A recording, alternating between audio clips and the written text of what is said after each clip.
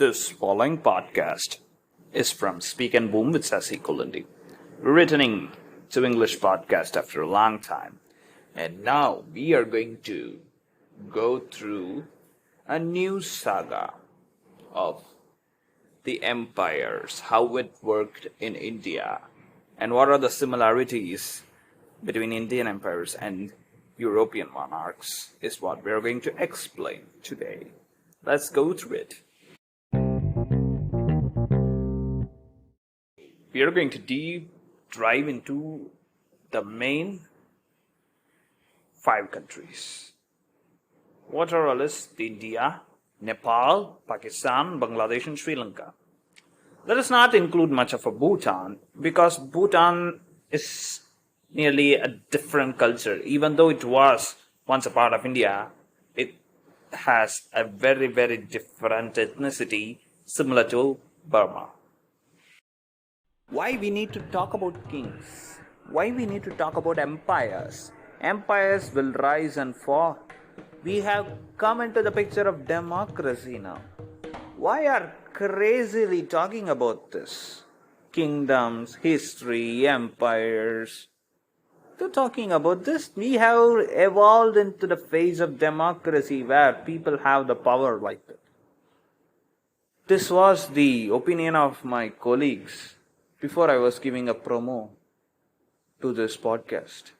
But in reality, I saw the British Broadcasting Channel giving the live stream of King Charles III coronation.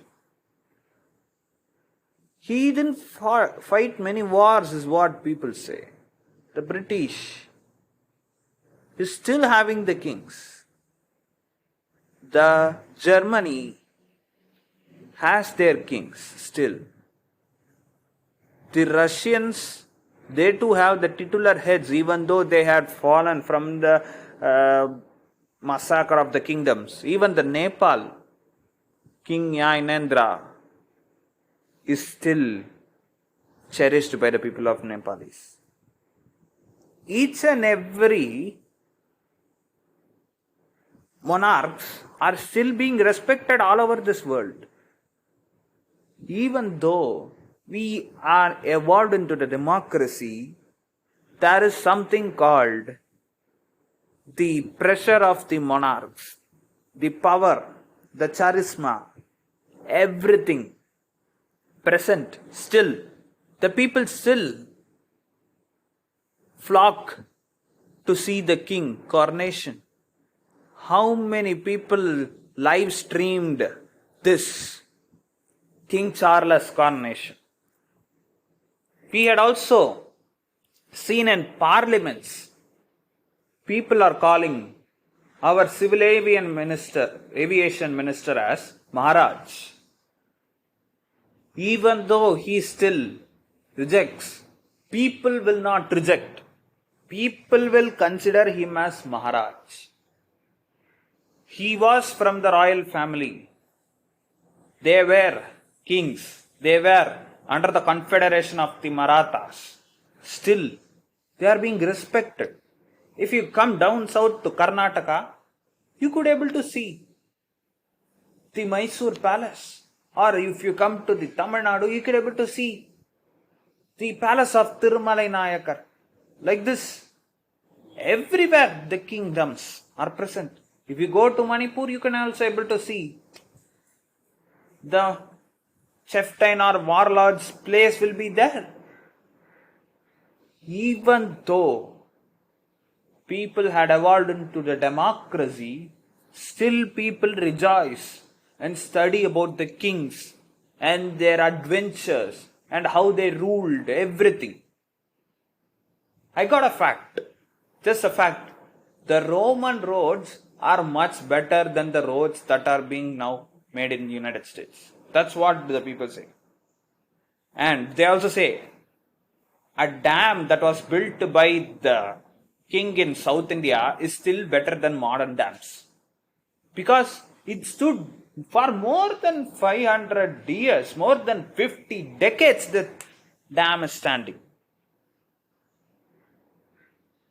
That's what the people say. So, this concept, even though democracy is being spread in all over this world, not every country follows democracy. Countries like Thailand is a monarchy.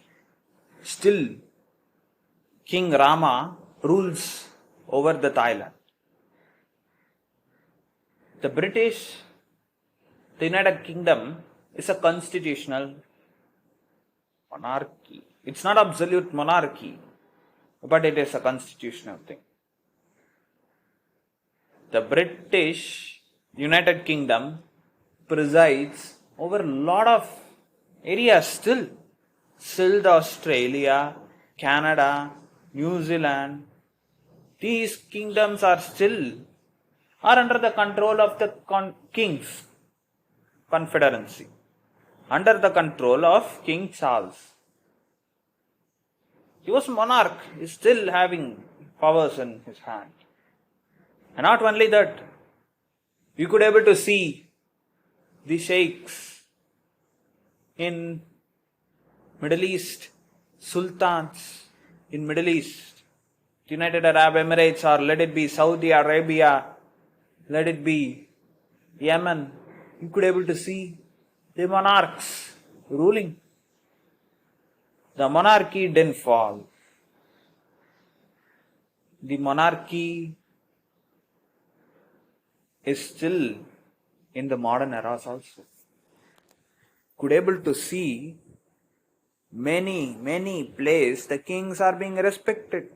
Even in Iran, the Shahs are being respected. The British, what they done, right, to prevent the people's outrage, they had started to install the kings back to the place. That's what the British itself tried to do. So, after getting liberating these countries, the British tried to install the kings back into their position so that the people won't revolt. It succeeded in many places. Still, monarchy is part of this world and it could not be struck off with democracy only.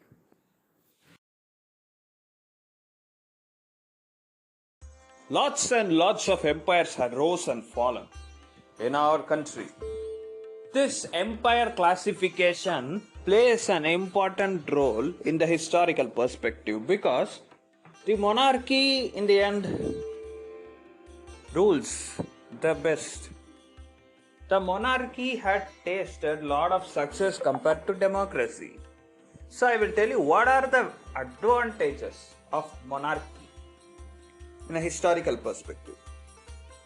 Monarchy in the historical perspective is more successful than being a democracy or republic. Indeed, it is true. Because the monarchy rule doesn't have any leadership change as much compared to democracy. The people also accept nepotism, not only in monarchy, in democracy also we could able to see. If a father becomes a person in a legislative assembly, the son will become a person in parliament. So this is how the Indian perspective is. The Indians are not against nepotism. Indians are pro-nepotism, pro-heirs. The Indians support the kind. If the father goes, the son should come. This is the Indian style of democracy. I will shout to anyone regarding this. The Indians always support the second generation, third generation, fourth generation. We had prime ministers from a single family chain. Not one, not two, 3 prime ministers. And the member of parliaments are also 4th generation, 5th generation. We have generation-wise politicians. So this is not much of a different compared to monarchy. This is the same concept India is having. A member of parliament controls over 6 to 8 legislative constituencies. It means he rules a lot of landmass like a warlord or a prince. Not only that, a chief minister in India also has a first generation, second generation person. Let it be Odisha or let it be Maharashtra. You could able to see the second generation politicians becoming as a chief minister, also in Jharkhand. So we accept the democracy also with monarchy. So we are nowhere different from the monarchy.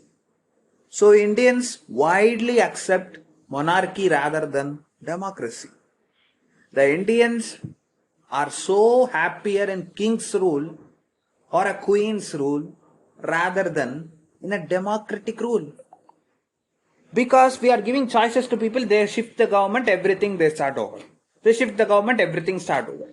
This doesn't even have a problem in monarchy. The same person is going to have, or a person related to it will be having. They will have the wars in between to reach a succession who will win like that. If the person is so dictatorship, he will also be overthrown by his own council. So, this example why Indians are so pro to monarchy rather than being democratic. We are always have a positive monarchy approach rather than a democratic Indian approach.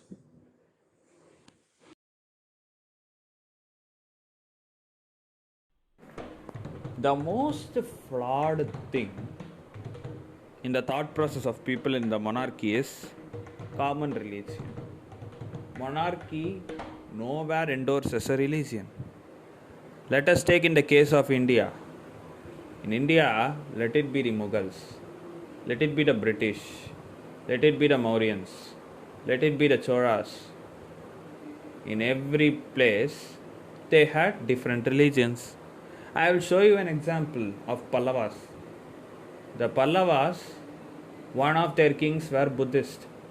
Their successors, they became Shaivites. So like this, there were faith can be changed, can be interchanged. They can also convert to this, or they can also convert to this. So this is common thing. But a king does not endorse a religion publicly in much of our cases in democracy. There were kings who publicly endorsed the religion. They had also promoted it. They had also destroyed that one. This had happened. But the most powerful or the charming rulers in India who ruled a large landmass didn't do that thing. They rebuilt everything. They rebuilt every other things. They didn't destroy anything. They rebuilt. They rebuilt the destroyed things. For example, in Sri Lanka, the Cholas, what they did is, they rebuilt the broken Buddhist monasteries back into the picture. They didn't promote their culture. They want to protect the existing culture there. They don't want to interfere in the theocracy of the country. Interfering in the theocracy of the country is the most worst thing a monarchy ruler does. The British captured this much places. Nearly 3/4 of the world was under the control of British. Did the British force the Christianity everywhere? It's an absolute blunder that people try to say. The queens or the kings under this House of Windsor are indeed Christians, but they did not endorse any religion. They wanted to be secular. They don't want to show they're secular. They are respectfully Christians. But the thing is, they don't want to force their religion in everywhere. They are not the leader of the church. They are not theocratic. They are democratic rulers. That's it. There is a difference between the king and the religion, or the queen or the religion, and the monarchical head or the religion. But there is some classifications. Sometimes the king, god king, like the Gilgamesh, In the Sumerian Empire, he is known as God King who endorses a religious pressure. But not everyone, even though they follow a faith or they spread the faith, they don't necessarily force anything. They don't necessarily force anything because that is the work of the theological head. The religious head is different. Not every king was a religious head. There was a religious head, there was a king, there was a separation, there was a big gap between them. They did not endorse any religion. Because if they had done these things, means that will be even more a hard way for them to take over more cities. It's better to leave their culture on their own and to go to the next cities because that will less their pressure. That will not harm the loyalty of the subjects towards the conquering empire. If they leave the religion as such, if they leave their faith as such, not force anyone like that, they won't get much of a rebellion in their empire. Because of this a king who had done like this, eventually after his death, his empire started to crumble like something. They faced a lot of rebellions. The one who tried to force everything, he eventually after his death, his empire got crumbled. So this is the most worst thing they could able to do. They can capture the lands and they leave their culture as such. They can follow anything. But still they will be under subjects. They won't rebel like this. Because the king would have faced thousands of rebellions. He wants to take over other places when he could able to take over in his lifetime. That is a worst case. He would do it. So it's better to keep a bigger gap between the religion and the rule is what the kings do. Eventually in India that happened and the kings succeeded. So monarchy is not equal to theocracy or a religion or a faith. They have their own faith. That's not goes beyond a certain level. That will be under control of their family itself. Even you could able to say these prime ministers of certain empire are having a different faith compared to the king. They did not have a rebellion in between them. They did not have a power tussle between them. They did not endorse. Even multiple sects of people were there. Multiple people from different communities were in their empire. Now, even you can able to see the Romans. The Romans had multiple people from multiple communities. Why we need to go to Rome? Let's say in the India also there were multiple people from multiple armies were there. The troop, an army consists of certain sect of people and another troop consists of certain sect of people. So they had split into a groups, but they swore their loyalty to the king. The king will be of different community. The warriors clan will be of different community, but they swore their loyalty to them. So that's how the monarchy works. The monarchy does not endorse a single thing. The monarchy is more diverse, like democracy. But in the case of India, the democracy is endorsing a single thing. That's how it works.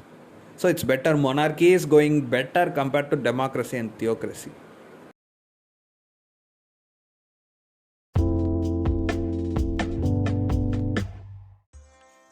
The monarchy identity is currently being used in the current era of the democratic kingdoms too.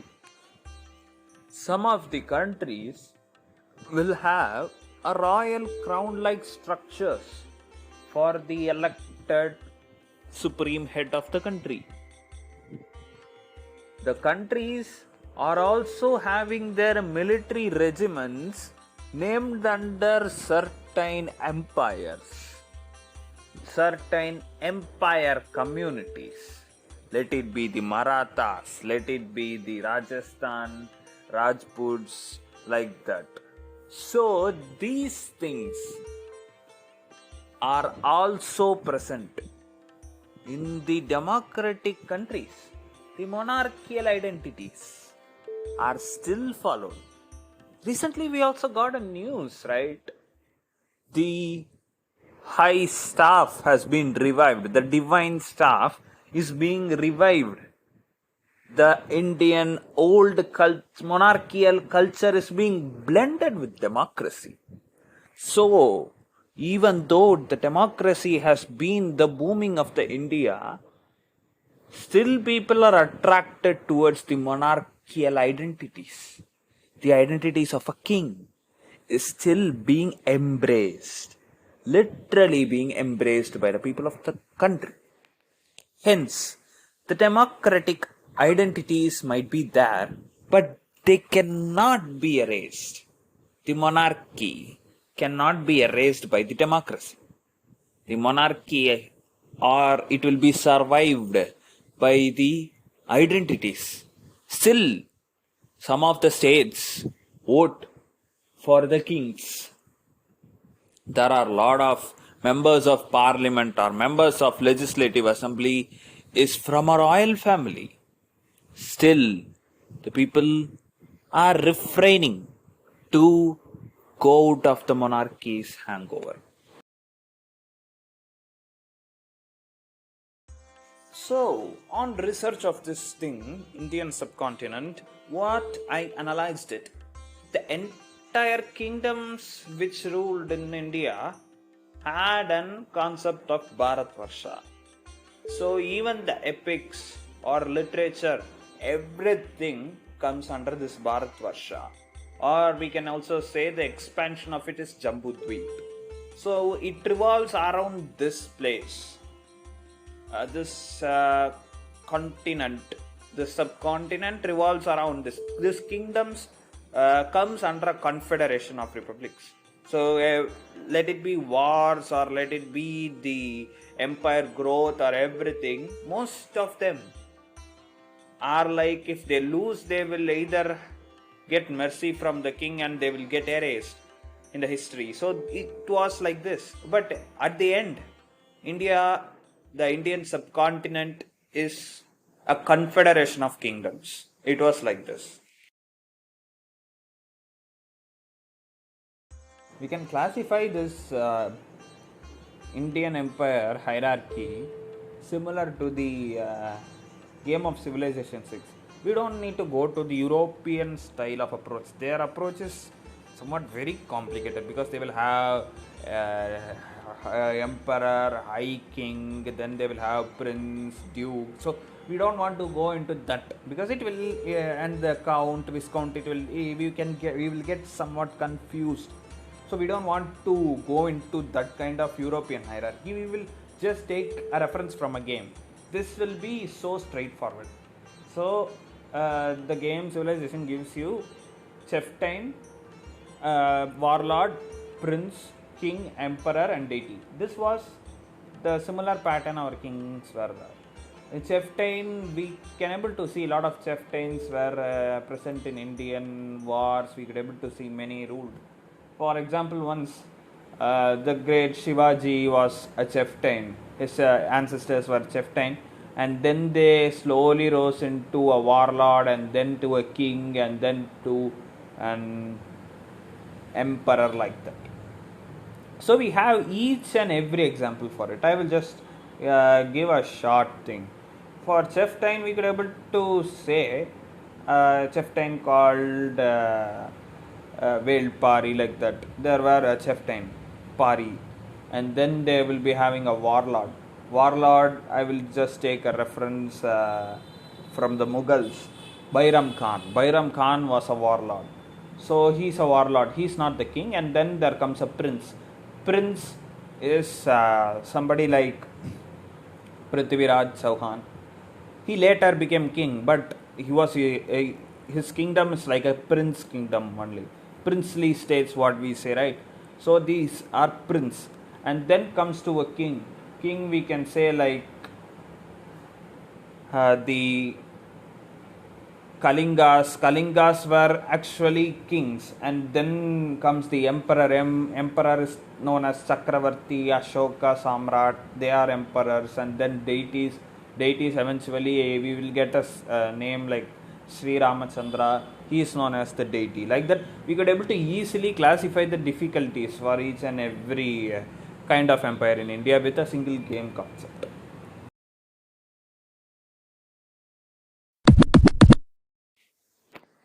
This empire classification and nepotism. If you want to know about nepotism in sports, you can also go through a podcast in the same Speak and Boom with Sasi Kulandi. I had explained about the nepotism in cricket industry. This thing of nepotism is also explained perfectly in that why nepotism is not a bad thing. I'm not saying it's a good thing, but nepotism is not always a bad thing. Is what I had explained in the podcast. You can go and check out nepotism podcast in our Speak and Boom with Sasi Kulindi. Just go through it. Now, let us go through a case study of how an empire structure in India was. Let us take a brief example of the Mahajanapadas. In the Mahajanapadas, we had lot of kingdoms split here, there, like that. Or let us go to the greater Mahabharata. The Mahabharata is maybe a fiction or not, that we do not need to go through that. If you need to know about some of the scripts, about the Puranas or Itihasas, you can also check one of my podcasts, the Itihasas and Puranas. In this Speak and Boom with Sasi Kulindi itself, we have this podcast.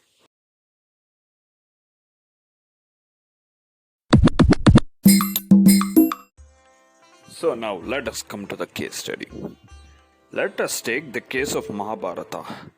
The Mahabharata explains how the monarchy is being in our country. The main monarchy in the Mahabharata is the Hastinapura. The Hastinapura is the main kingdom present in the Bharata. Bharata is a subcontinent, but here this Hastinapura is ruled by an emperor or Chakravartin. So this emperor is a person who presides his authority over many kings. Many kings respect over this person. So this is the power of an emperor. So if you go to the Ramayana era, Rama was deity. Deity is a person who is revered as a god by the commoners, but he's still a mere human. Sometimes he would be also written as immortal in their epics. These people. For example, take the Aztec Montezuma or the Pachauti of the Incas. These people are revered as deity. Or let us take the Sumerian Gilgamesh. These people are revered as deities, as gods.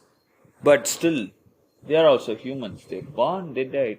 And also the Egypt pharaohs like Tutankhamun. These are being revered as deities, not as emperors, not as kings. They were revered as deities. They are much more having a stronger authority over the entire subcontinent. The deity is like he rules the entire place. Supreme authority. He could able to even have the power to control over the laws of nature. It's literally a personification. So let us go into the phase of Mahabharata, how the kingdom is classified. So the kingdoms are classified like separate entities that will rule the small areas. The Hastinapura is a place where it is ruled by a single powerful emperor. They are like a monarchy, descendants, their sons, their rule. This is a dynasty, a lunar dynasty of the Kurus. Kurus, where they overtook the greater dynasty of the Ikshwaku. They now moved into a different era. So the Ikshwaku lineage became a smaller kingdom now. When the rise of the Chandravanshis, they presided over the Suryavanshis in this. So now the Yayati, that king who ruled nearly up to 3 worlds, they will say, he is also an equivalent of a deity. Because more than one world they are known for ruling. Similarly, we will have some personifications of king who is equivalent to Indra. They are deities. Now, let us go into their lineage became the Kurus. They were the greater emperors. So they have the authority over certain people. Certain kingdoms comes under them. They had lots of kingdoms getting ruled under them. Some of them were under their complete control, some of them were ruled by their vassals. Let us take the Gandhara. Gandhara is a kingdom. It's ruled by Shakuni, his father. And Shakuni eventually became the ruler of Gandhara. And he placed his son Uluka earlier as a king. So like that we had the Gandhara. And then when we go to the south, we had the Pandyas and Cholas in the Mahabharata itself. They had a reference in that. And then the Krishna is also a king. He was not an emperor. He was not, even though he was revered as a deity, he didn't focus on ruling the empires. He ruled a certain kingdom. He is like a republic of Mathura. They are like a Roman republic. So Krishna ruled like a republic of Mathura, where they had a lot of chieftains ruling many parts, and their kingdom is not completely under control of Krishna. So he ruled the kingdom like a republic. He left his kingdom to his brother, and eventually they will go and they resisted a lot of invasions. So once he ruled the Mathura, and then after that the invasion of Jarasandha of Mathura for the 14th time when he became successful, they fled to Dwaraka. So like that we now have another kingdom, the Jarasandha, who ruled the Magadha. So now we are getting another kingdom of the Magad kingdom was there, and then the Dwaraka kingdom was there. Like that, this Kuru was a greater empire. Under this, these people were there. And also now we can also see another kingdom of the Panchalas. Panchalas, they ruled a certain area. They were not under the control of Hastinapura. So they were against the Kurus. Like that, they had another kingdom, and then there were Lichavis, there were Anga. Anga was the kingdom which was given to Karna. So these were some of the vassal kingdoms. They made a new kingdoms like that. So let us take about the case of warlord. So warlords also had a lot of kingdoms. So Karna is more of a king, but he was the warlord of the entire army of the Angas, and he was the warlord and a king. He is the between that. So and if we go and see, there were a lot of kingdoms were also there. The Virata kingdom, like that. There were a lot of kingdoms coming under the greater Hastinapura empire. These were either under the control of the kingdom, they will pay the tributes to the king, or it will be like the uncaptured areas of the king or the allies of king. Like that, it is categorized into 3. The one who pays tributes, the one who is the close ally, or the enemy kingdoms. Like that. The kingdom which is not captured. So for this, they will also do some sacrifices to capture the lands which their horses goes, like that. Eventually, this wars usually used for territorial expansion. Like these things, it was there. So this warlords, and then there comes the kingdoms, and then there comes the emperor. This was the classification of the Indian kingdoms. Usually, the India will be having an emperor, not only the Mahabharata. Let us take Ashok. The Chandragupta Maurya is also an emperor. He presided over the entire Pataliputra, come the entire north of India regions.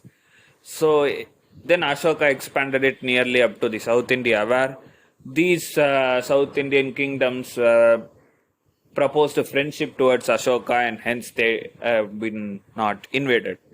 So that is how the Buddhism in Sri Lanka became a dominant religion. The Buddhism spread over South India. The Buddhism spread over the South India at the time, and then it went to Sri Lanka, and then it went to China, it went to the Southeast Asia, it went far away, even to the Afghanistan, Iran, everywhere this Buddhism got a huge spread. Still many countries in Southeast Asia follow Buddhism. Let us take the Myanmar, let us take the Bhutan, let us take the Sri Lanka. Still they follow the religion which the Emperor Ashoka followed. The Buddhism had spread widely. So this is an evidence that gives a clear-cut information that this was an empire. They controlled a lot of kingdoms under them. They will make either their warlords as a king, they will install them, or their sons as a king. Like that, this is how this procedure will happen. Let us take the case of Shah Jahan. How he done is, he made one of his son to rule the Delhi, another son to rule Hyderabad, another son to go on a conquest to the areas like the Punjab and the Takshashila, like that. So they will try to give the responsibility to their sons to rule the small areas of their kingdom itself as a governors. So they will promote their sons as a governors. They will see who is the efficient one to become the king. Even if the father doesn't like, the son will overthrow. This was not only common in India. The Bimbisara has been overthrown by his son Ajatashatru. The name Ajatashatru comes. He does not have any enemies. That is why he was known as one of the famous, powerful Magadha emperor, where the Buddha was his contemporary. Gautama Buddha, Siddhartha Gautama was his contemporary. He ruled the entire Magadha region and he was the chief. He was the emperor of the Magadha region and he is nearly on the verge of becoming the best ever emperor of the Bharat. But then there came the Nandas who overthrew these people. And the Greeks, the Alexander was an emperor. The Diadochis were his vassals who became the kings. Alexander was an emperor. He conquered from the small Pella to the entire Afghanistan, Pakistan, India. He came over this much place from a Greece, small Greece to Macedon, to his still a country, Macedonia remembers him. So like this, the empire structure was present in India like this. A king, an emperor will be there and he will have a set of kings ruling under him. And then these kings will, either the kings will be present in everywhere or they will also have their sons, the princes, to rule some of the places. The princes will be ruling as governors of the state of kings. So, and also their princes may also be given the responsibility of a warlord to take over some of the kingdoms. For example, Rajaraja Chola was a warlord at first. And another, his brother, Aditya, was also a warlord. So like that, the king, the emperor, the Chola emperor made his two sons as warlord at first. And then he made them as prince. He made his cousin as a prince. And further, he gave the title of prince to next people. He made his first son as a prince. And then he made his second son as a warlord of Sri Lanka. And then like that, he made their sons as a prince or warlord. This is how they given the responsibility, split their responsibility to each. And they too had a lot of kings coming under their control. So the king does not need to be an independent king. He can also be an independent king who would be paying the tributes to the empire, or he would have given his allegiance to the empire. So this was how the kingdom structure was there. This multiple case studies, the multiple documents, the wide range of information in our history books tells that an empire had multiple kings under their control. Either these kings will prove their allegiance for the kingdom, or they will be paying tributes to them in the name of gold to survive their kingdoms. So if they did not pay any tributes, what will happen is that they will try to invade this kingdom and erase their history. They will be erased from the history, and they will install some of their warlord or a noble as the king of certain areas. Many kings, nobles had also became as a king of certain places. The nobles. Let us take the case study of the dynasties in the Sultan. That is the Sultanate, the Mamluk Sultanate. Let us take this. Jalaluddin Khilji was a noble. He later became as a king. The nobles sometimes will become as a king. They will succeed the kings. They will be given the responsibility. He will be trying to take over the kingdom either by force or by the trustworthiness. Sometimes the nobles had also got an opportunity to become as a king, not only the warlords. One of the ministers of the kings has also got the responsibility of becoming a king. So on analyzing the case studies, now we got into a conclusion that the deity upholds the supreme authority of the subcontinent or continent.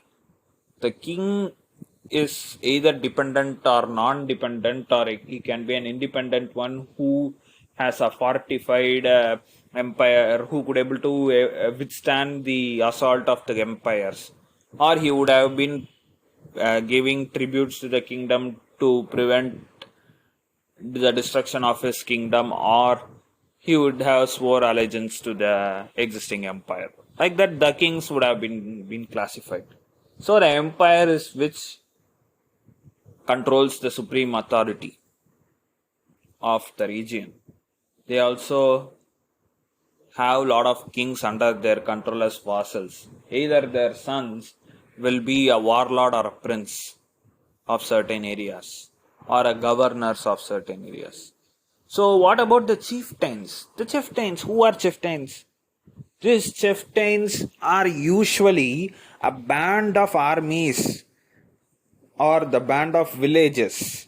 They will be having control over the certain villages, and they will be the stronger ones to defend the empires. Most of the chieftains who have the authority over certain villages will be the best warriors of the empire or a kingdom.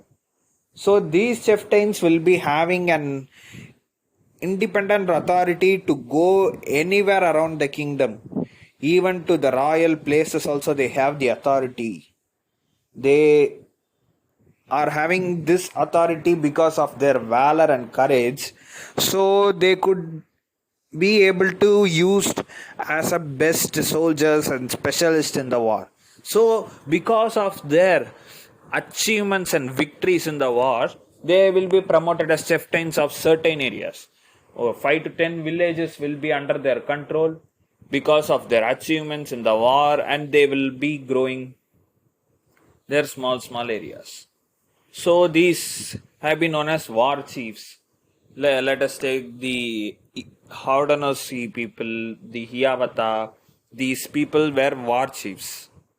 And then they eventually they grew into kingdoms. Many of the war chiefs' sons, for example, I will tell you an example of Malik Ambar. who was a chieftain.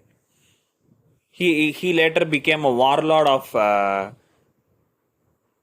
empire in the Karnataka, and then he eventually transferred his kingdom to the and he eventually became a warlord. He eventually transferred his warlordship to Shambhaji, and his son was crowned as a king of a Maratha empire. So this was the history of Maratha empire. There was a chieftain who later became a warlord. He transferred his warlordship to a certain person known as Shambhaji, and he his son Shivaji, he became a king because of the oppressions happened during the Mughal Empire, and then this Chhatrapati he was made, and later the Peshwas expanded their empire, and they too had certain people like Holkar, Shindes like that in their empires also. So like this, they too had a classification among these chieftains. The chieftains usually had sworn the allegiance to the kingdom. They will be so loyal to the kingdom, and they will, because of their loyalty, the kingdom or the empire will be providing them 5 to 10 villages to which they preside over the authority. So this is how the chieftain scenario comes into the picture. So these chieftains will usually come under the they do not need to be a dependent soldier of a warlord. They do not need to be a dependent preside over the dependency of a warlord. The warlord does not have a complete authority over the chieftains, because these chieftains are usually specialists. These people usually row in a bands. Similarly, we can also say they are like the organized version of the barbarian people. They are who are cultured, and they have the capability to wreak havoc their enemies, and they are known as the specialist forces. Similarly, we can see in the Roman Empire where they had hired the specialists from many other places like the the cavalry people who are known as the specialized. They are from the Germanic tribes. So these tribesmen usually become chieftain, because you cannot preside over these areas. You cannot have a complete control over their areas, because the people will not provide the complete loyalty to the king compared to the chieftain. If the chieftain is not respected, the villages will revolt. So it's better to give them the chance of having a certain strength. So it will also have a reduction in damaging the empire in internal revolts. So these chiefs will help the empire to grow even more. These chiefs usually be in the subheads of the empire's army. So this is how the chieftains will work, and then the warlords also are a higher version of these chieftains. Warlords might either be the sons of the kings. The king who could not able to become a prince, I mean the king's firstborn will become a next prince. And then he will be having the second born sons and third born sons like that. So they could not be completely getting the authority over the kingdoms. So to prevent the conflict between each of the brothers, so the king needs to give certain positions to their sons also. For example, now in the royal families in England, they will be giving the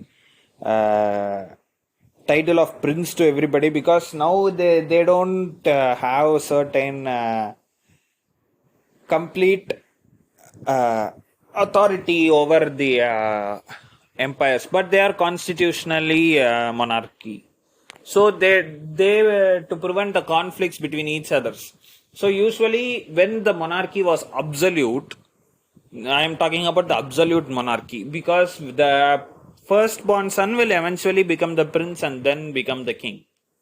So to prevent the second born or third born to provide a revolt, what they will do is they will try to give him a position of warlord, or governors. So these people will be having the certain position like a war commander or a warlord. He will be controlling over certain province. They will be the most important person to help in the expansion of the empire's borders. So these empire borders will be having the complete responsibility over the warlords. Warlords will be usually from the royal families. And these chieftains will also have an opportunity to promote themselves into a warlord or a prince. So this kind has also happened. So many of the chieftains had Malik Ambar's protege, the Shambhaji, had become into warlord and eventually succeeded into a king because of the revolt against the existing empire, the Mughal empire. So their son eventually became into a king, known as Chhatrapati, like that. So they also have an opportunity to evolve themselves into a warlord.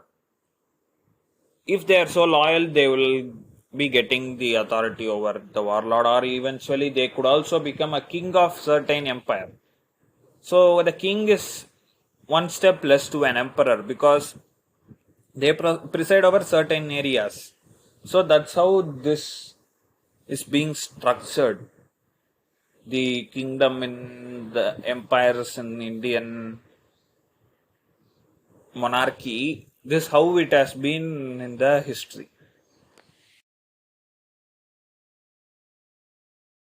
The king is corrupt person. If you are saying it's like an oxymoron because it's his kingdom, his land, everything, his property. Some things, temples are properties of God, let it be, but still he presides over the complete authority of that area. The officials under him can be corrupt, but a king is corrupt is an oxymoron. The king who rules over his state cannot be corrupt for him.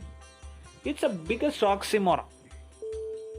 So, the conclusion is, what to say is, monarchy is far, far, far better than democracy.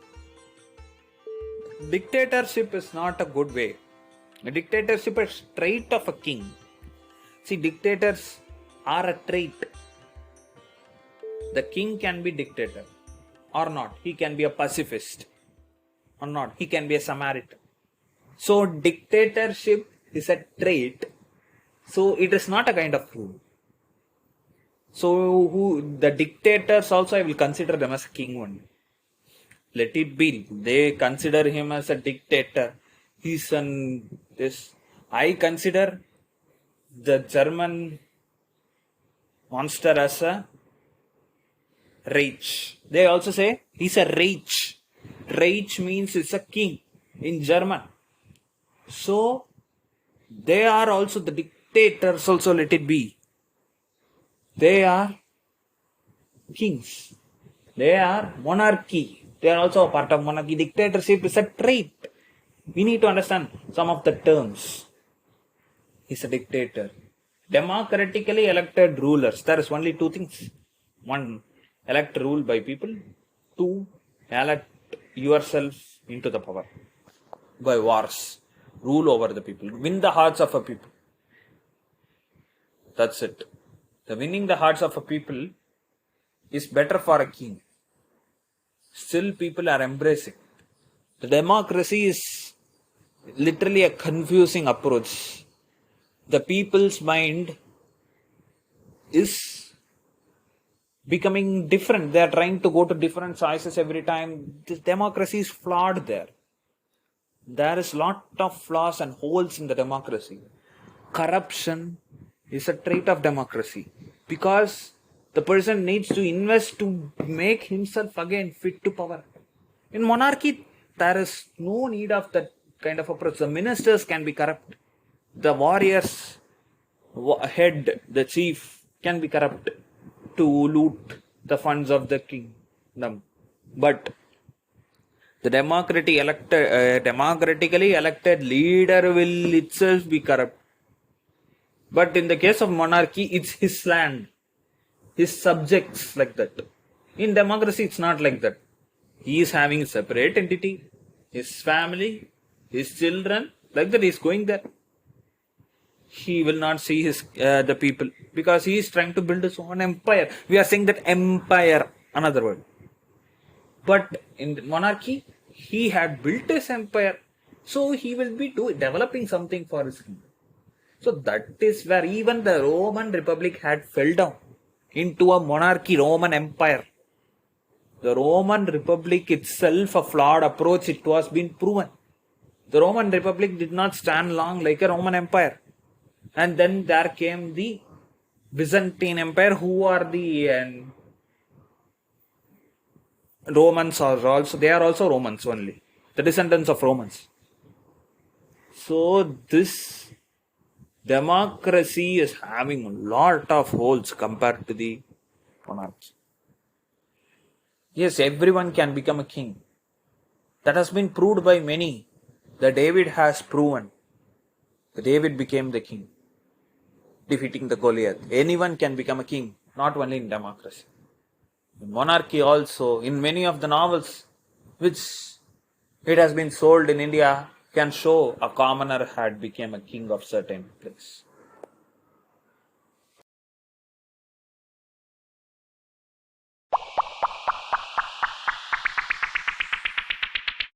So I would like to conclude with the points which I had told. In short, if you need to listen these things. Point number 1. The monarchy is most prevalent in the world despite the ages have been gone. Even though times have been passed, monarchy is still in the picture. Point number 2. We can classify the kings in India, the Bharatvarsh, like the chieftain, warlord, prince, king, emperor, and the deity. Each have been given examples in the podcast. You can listen in that. Point number 3. Democracy has lot of loopholes. While it might be considered as a better option to monarchy, it has been disproven by the monarchy. Point number 4. There are different kinds of monarchy presiding over the world currently. Absolute monarchy, constitutional monarchy, where it has the monarchs with a constitution defined, like England. And it has dictators. Dictators is a trait, but still the heads of the state are considered as kings. And then democratically elected monarchs. Many heads of the states are either second generation or third generation persons. They are usually considered as monarchs because it's like the same person is coming into this. And then point number 5. Many democracy based areas or republic based areas are very vulnerable to be partitioned or easily revolted out. So they are very vulnerable to separatism because the opposition wants to rule. Because of the power hungriness, they would try to make their own states. So this delimitation, this has been happening. So they are very vulnerable to separate, partition. Point number 6. Monarchy may have disadvantages, but it's a safer side from democracy. Democracy has been found earlier during the period of Greeks itself, but still the Greeks have went out from the history and they have been ruled under Romans, and then there was kings only for a long time. After some time only the French Revolution came, then only democracy has been revived there. Democracy might be look fashionable, but the monarchy is the very safe approach for the country because the monarchs or the head of the states, they won't have the interest to loot the country's funds because they do not need to be corrupt, because the territory which they are having itself, it's their own home. They will do something for the country. And they will also face internal revolts or wars if they are not fortifying their country. For that itself, the kings or the emperors or the prince should protect their empire with the development or with defense. So they will be eventually doing this. While in the case of democracy, what is the fun is, the people try to build their own monarchy empires. So they will loot the funds of the country, and they will try to loot everything, and they will put in their pocket. So it's better. Monarchy is a safer side. So this is what the approach of monarchy is happening in the world and in my country. This is Speak and Boom with Sasikulindi signing off, and let's meet with a new podcast. Thank you.